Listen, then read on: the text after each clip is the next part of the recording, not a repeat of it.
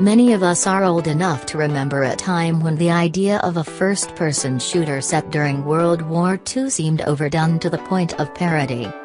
The first 3 Call of Duty releases took place during World War II, breaking from the tradition with 2007's Call of Duty 4, Modern Warfare. Call of Duty, World War II, developer Sledgehammer Games' second full release in the franchise, brings us back to that historic conflict as the series begins to eat its own tail on modern hardware. Or maybe this could be seen as a sort of reboot. Call of Duty, World War II packs in the same ridiculous amount of things to do as past games in the series with a full single-player campaign, many options for multiplayer including the asymmetrical war game mode, the new headquarters social hub and of course a co-op zombies campaign that was created by many developers who were also involved in the creation of modern horror game classic Dead Space. I was able to sample these modes, as well as play through the entirety of the campaign, during a recent review event in San Francisco. There were many members of the Sledgehammer team in attendance to answer questions, and the topic of Visceral's recent closure came up often in conversation. It gave what should have been a fun preview event for the game an unexpected somber mood as the many Visceral expats at Sledgehammer remembered their old home. The Call of Duty games provide at least one possible answer to the question of how single-player games will survive in the modern industry. The campaign just has to be packed alongside a lot of other stuff that will keep players invested outside of the story. The good news is that the campaign included with Call of Duty, World War II adds at least a few twists to what could have felt like a retread of past games. It's not afraid to reintroduce a few classical elements to the series and increase the default difficulty to the point that even veteran players should expect to die early and often. World War II pop culture exists in a well-worn part of my consciousness, and I know what to expect from this particular brand of war story after a life of watching Band of Brothers, Saving Private Ryan and countless other war movies. A group of young men from different parts of the country come together to share stories of their girls back home, make fun of each other over their differences and, ultimately, throw themselves at a clearly evil enemy while suffering excruciating loss. All this before winning the conflict for truth, justice and the American way. Call of Duty, World War II looks to the past for inspiration on how to update the formula. The health bar doesn't recharge anymore, which means I had to scavenge health packs to survive. It's easy to get pinned down by enemy fire on most levels, and it takes a second or two to heal as well.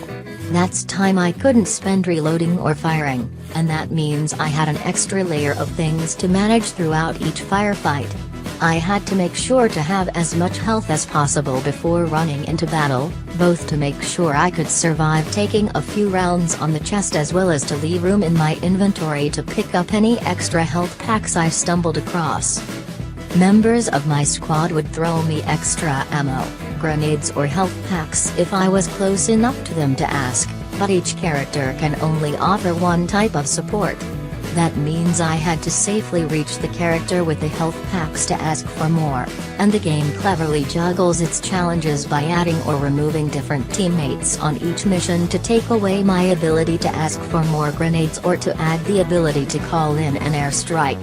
It's not exactly a squad-based shooter, but your squad is important enough that you'll be acutely aware of who is, or isn't, accompanying you on each mission. This dependence on squad mates slows down the action, which is a welcome change from past games where you always seem to be charging into battle rather than weigh the odds. There were multiple places in the game where I died over and over while I tried different approaches to move forward. This isn't a game you'll be able to skate through on the default difficulty, though the campaign does a good job of managing checkpoints to avoid frustration. That need to change the game's rhythm to avoid a slip, all-action campaign is felt throughout the game. You'll be asked to participate in stealth segments that are balanced well enough to avoid the frustrations that's all too common in action games that ask you to sneak around. getting through a war zone with a young child in your arms as German soldiers fight through the environment is as tense as you'd expect, and those moments provide a welcome contrast to the more action-oriented areas of the game. Sledgehammer also didn't want to be stuck with the expected homogeneous heroes for its game. While World War II was largely fought by white male soldiers, Sledgehammer went out of its way to try to diversify the cast when possible while keeping things at least glancingly historically accurate. At one point, I played as a woman in the French resistance infiltrating a German-held base in France. This tense mission felt more Dishonored than Call of Duty. Elsewhere, an African-American soldier joined my group, with all the racial tension you might expect that to add in that time period. And that dissonance is seen in the Axis characters as well. The Germans are more or less cartoonishly evil antagonists, and are rarely given much chance to develop personalities. They can surrender, however, and the game will end if you decide to kill them after they've raised their hands. This is Band of Brothers as shot and written by a more sober Michael Bay. The explosions and set pieces seem to last a bit too long, but they provide the necessary bombast for a AAA game of this kind. When things crash or explode, they spend a lot of time breaking into pieces, and you're always just able to get out of the way in time. All that being said, this is a game that will made me wish I had a slightly larger television and a slightly louder sound system. I played in 4K on a PlayStation 4 Pro, and the scope of the conflicts was appropriately epic. Call of Duty: World War II is one of the better-looking games of the year, and the series continues to deliver spectacle in a reliable way. The short tank mission, in particular, shows off the game's ability to deliver carnage through some impressively destructible environments. Call of Duty: World War II deals in spectacle, but it's hard to balance the exaggerated action scenes with the idea that this is all based on actual events. It's hard to deal with war in a mass-market medium that demands the experience be fun even when addressing historical events. World War II was a hellish, grueling conflict that has been explored through countless documentaries, books, movies and games. Balancing a level of respect for the reality of the war with the need to provide an enjoyable game in the campaign is a near impossible task. Still, the latest Call of Duty pulls it off better than I expected. The campaign dips into the expected story beats, complete with a girl back home who may or may not be willing to wait for our hero's return, but it also does an effective job of selling how horrific and overwhelming the conflict must have felt from the ground.